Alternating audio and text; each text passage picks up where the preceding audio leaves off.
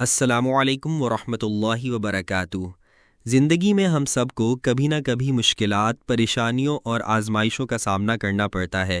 یہ بیماریاں بھی ہو سکتی ہیں، مالی پریشانیاں بھی، یا پھر کوئی اور ناگہانی آفت۔ اکثر ہم یہ سوچتے ہیں کہ شاید یہ ہماری کسی غلطی کی سزا ہے، لیکن کیا یہ واقعی ایسا ہی ہے؟ آج کی ویڈیو میں ہم ایک ایسی حدیث پر بات کریں گے جو ان آزمائشوں کے بارے میں ہماری سوچ کو بالکل بدل کر رکھ دے گی۔ امام ابن ماجہ اپنی سنن میں یہ حدیث نقل کرتے ہیں جس کا نمبر 4031 ہے۔ حضرت انس بن مالک رضی اللہ تعالی عنہ سے روایت ہے کہ رسول اللہ صلی اللہ علیہ وسلم نے فرمایا، عظم الجزاء مع عظم البلاء وإن الله إذا أحب قوما ابتلاهم فمن رضي فله الرضا ومن سخط فله السخط۔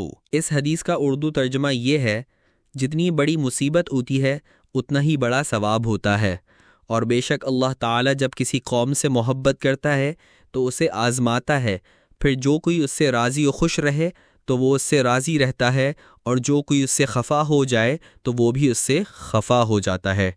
آئیے اس حدیث کے اہم نکات پر غور کرتے ہیں۔ پہلا سبق یہ ہے کہ آزمائش اور اجر و ثواب کا گہرا تعلق ہے۔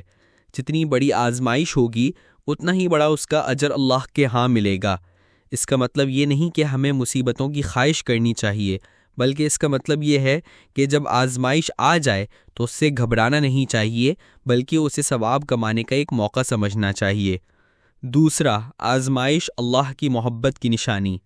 اس حدیث کا سب سے اہم اور دل کو چھو لینے والا حصہ یہ ہے کہ اللہ تعالیٰ جب کسی قوم سے محبت کرتا ہے تو اسے آزماتا ہے۔ آزمائش سزا نہیں بلکہ اللہ کی محبت کا اظہار ہے۔